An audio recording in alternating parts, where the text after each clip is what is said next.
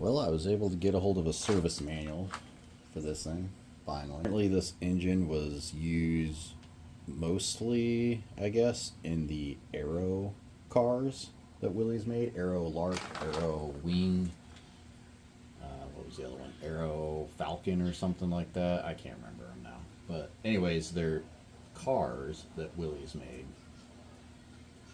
And this was an engine that they put in there. And so I had to find a service manual that covered those cars.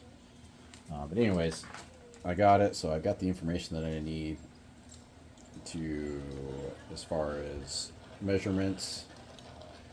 So I'm going to go ahead and start working on this thing. One of these. I'm not trying to I didn't want to get the straight one because I'm not trying to straighten them out or widen them any or like change anything. I'm just trying to put a crosshatch on it. Take care of that, and then I'm going to start putting valve guides in. I drove a few of them out. I'm going to go ahead and knock all of them out. First, let me get all the gunk out.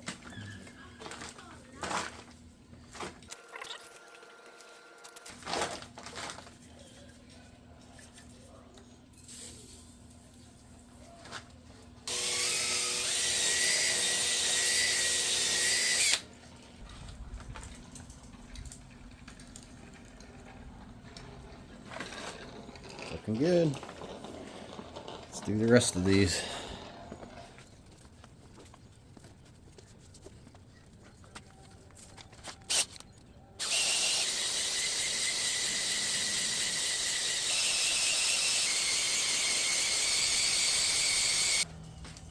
Alright. Let's see what we got.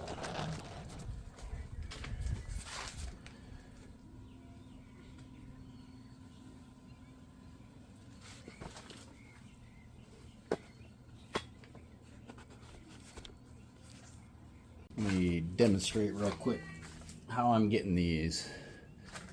So these valve guides, I'm just driving them out through the bottom with the bolt that I cut to fit. This part fits inside.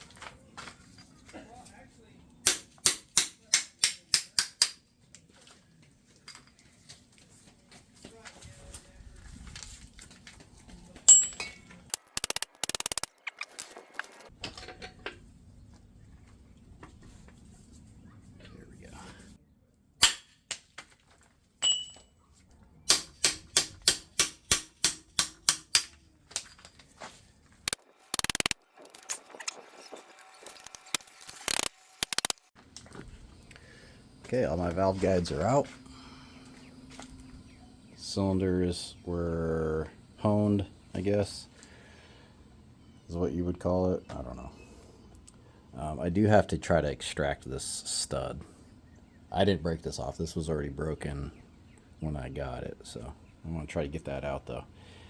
And now I'm just kind of cleaning. I'm blowing some compressed air into all these ports, trying to blow out some gunk.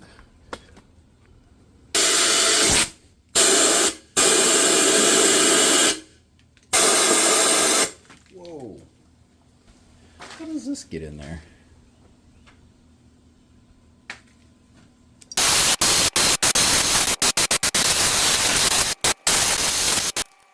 And I gotta tell you, these red scrubby pads are like my favorite thing now. I wish I found those a long time ago. But I've got to clean inside all these grooves. So when I was taking one of my piston rings off, it broke. So I'm gonna have to buy new ones anyway. So I'm just using the broken piston ring to go inside and knock out the gunk that's inside here.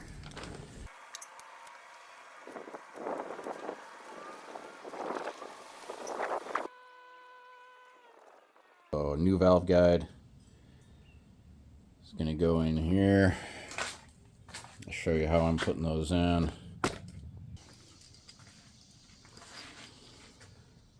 So the same bolt I was using to drive them out, I'm using to drive them in.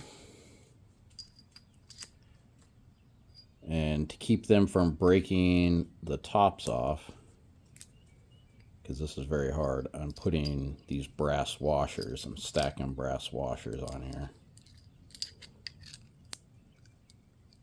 And then driving it in, just like that. Pretty simple.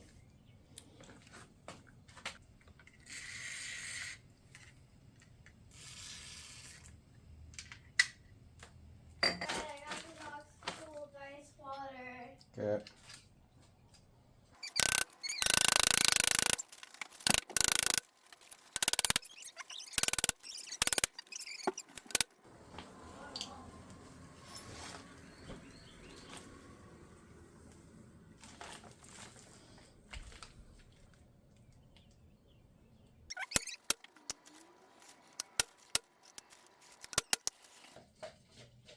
Perfect.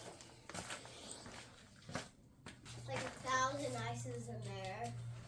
Get them really, really, really cool. So finally got this. I think I already mentioned that.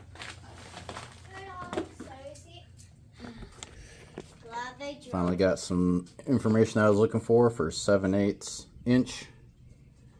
That's how deep all these are. They are right on the money. They are perfect. So you'll notice that it's at a slight angle. So the top of this is 7/8 from the very top of the deck, and this side is slightly lower than the top of the deck. So when I measured these,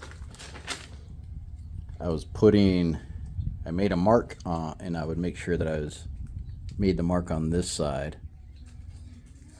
So when I look at it from the deck height, the tick mark would be perfectly even with that, and they're all just right. So anyways, it all worked out. And then another thing I got out of the book was the size of the reamer that I need. What do they talk about? It's somewhere in here. Yeah, anyways, it's in there. So went and got a reamer on eBay, which was a little cheaper, so that's good. But it's just the right height size, 342, which is just what the book calls for. And it just fits inside here. Reams these out. Everything's working really good. So let me do the one I just installed.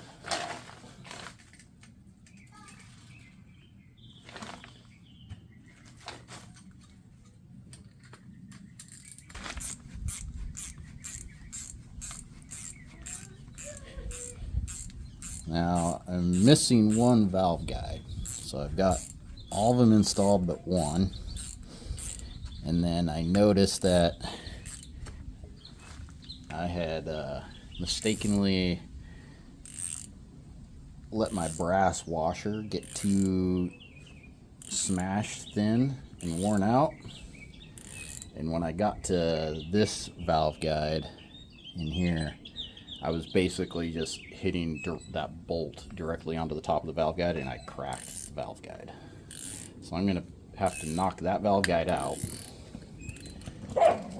and order a new one.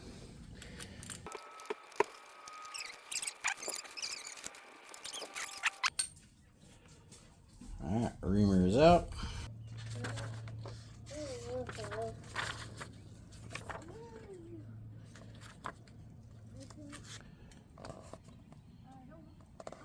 Another thing I need to double check is valve tappet clearance. But I actually don't have a feeler gauge, so I need to go get one of those. I think they're just a couple bucks at an auto parts store. But I gotta make sure that these are correct.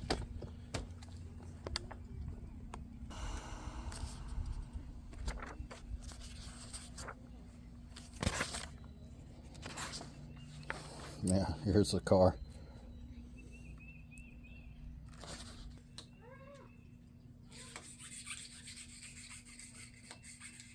From the reamer. So I'm just going to run this through till it's clean. These are just out of a gun cleaning kit.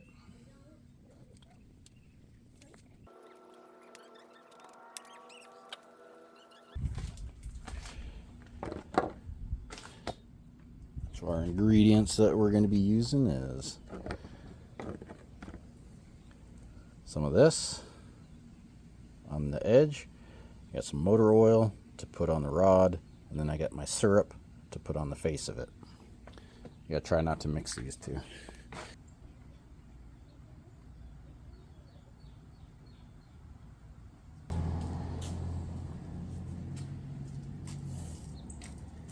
Alright, got our syrup covered suction cup.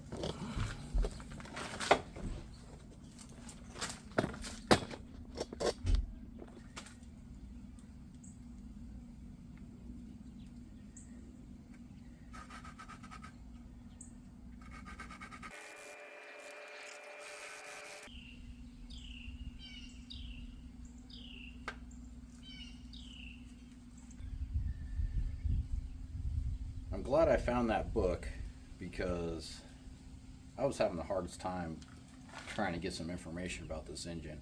I even called the guy who restores, he has a website and everything where he's selling these vehicles, but he restores Jeepsters with this, and some of them have this motor. So I called him and I asked him about it. Like, where'd you get your, what book do you use when you're building these? I'm trying to get this, the information I'm trying to get, where can I find it? He's like, oh, they don't make them anymore. You won't be able to find it. And basically, what he was getting at was, I shouldn't even bother rebuilding this. I'm like, well, I took it apart. I want to make sure I'm putting it back together. He's like, well, why'd you take it apart? So, I don't know, because I want to learn what's inside it, and I want to make sure it's running good. I want to make sure there isn't like broken parts inside it before I turn it on, So anyways, he was kind of rude, to be honest with you. I told him that I could find the manual for the F134, and it, it provides this information. It says, valve guides go in 1 5/8 inches for intake or whatever. For exhaust, it goes out this much. I can't remember the numbers now. But anyway, he's like, oh, it's just the same. Just use the same information. For this engine, it's the same engine, it's just 2 extra cylinders. And what's frustrating is that's not true at all. And this guy supposedly restores these things, but the valve guide depth for this is 7/8 of an inch. If I were to knock these valve guides down 1 5/8 inches from the top of the deck, they'd be so recessed in there, they'd be coming out the other side and hitting the tappets. And then on the 134, they have them like there's intake and the exhaust ones are flipped. The guides are flipped opposite directions. And this one, they're all the same. And he's like, oh, well, I'm like, well, when I took it apart, they're all the same. They're all facing up. And he's like, oh, well, whoever did it was wrong. But now when I look at the book, they're all facing up. There's one direction for all of them. So it's kind of frustrating when you're trying to reach out for help and people aren't really willing to give it to you, and if they do give it to you, it's wrong. So anyways, I would rather just do it by the book.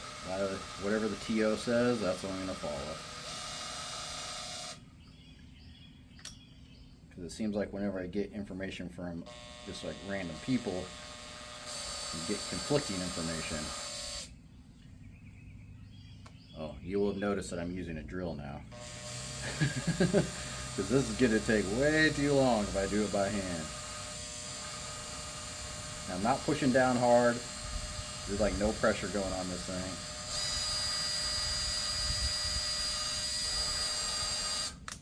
Reversing direction. And I'm basically going till the grinding gets quiet. And then I lift it up, flip directions, go back down. Starts to quiet down, I lift it up, switch directions, go back down. Make it a little faster. Yeah. Take a look. Let me take a look at this guy. Around on that one.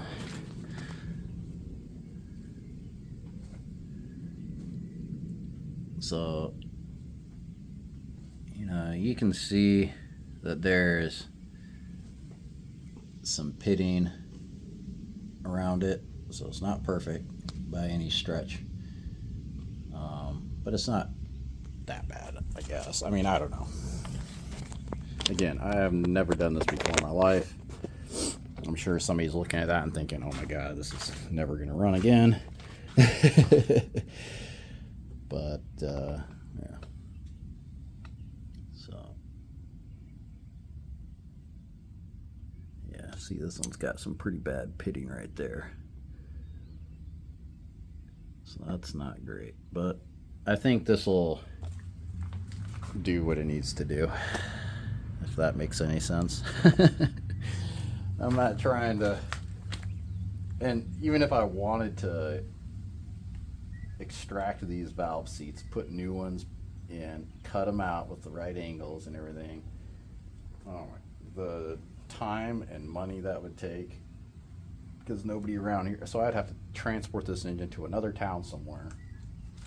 No, that's not gonna happen. It's not realistic.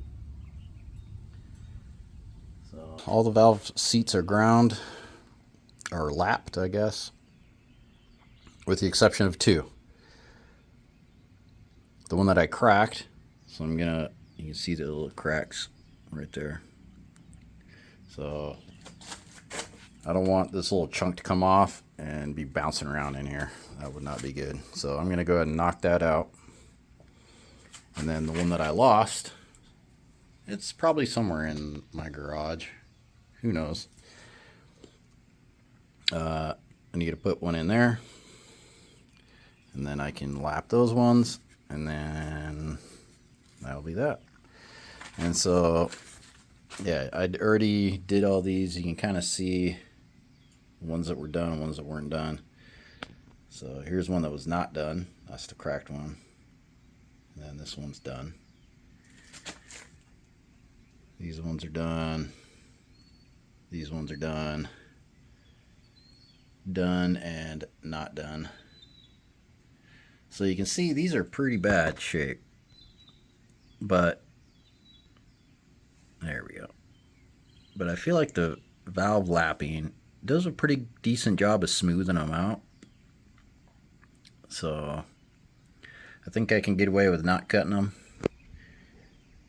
Yeah, it's got pits in it. So I'll just deal with it. I think it'll work. It'll be just fine. I just need to get a couple valves done and start putting this thing back together. That might have to be another video because I'm going to have to order parts, wait for them to get shipped here. So this will do it for now. Thanks for watching. Tumbleweed Garage.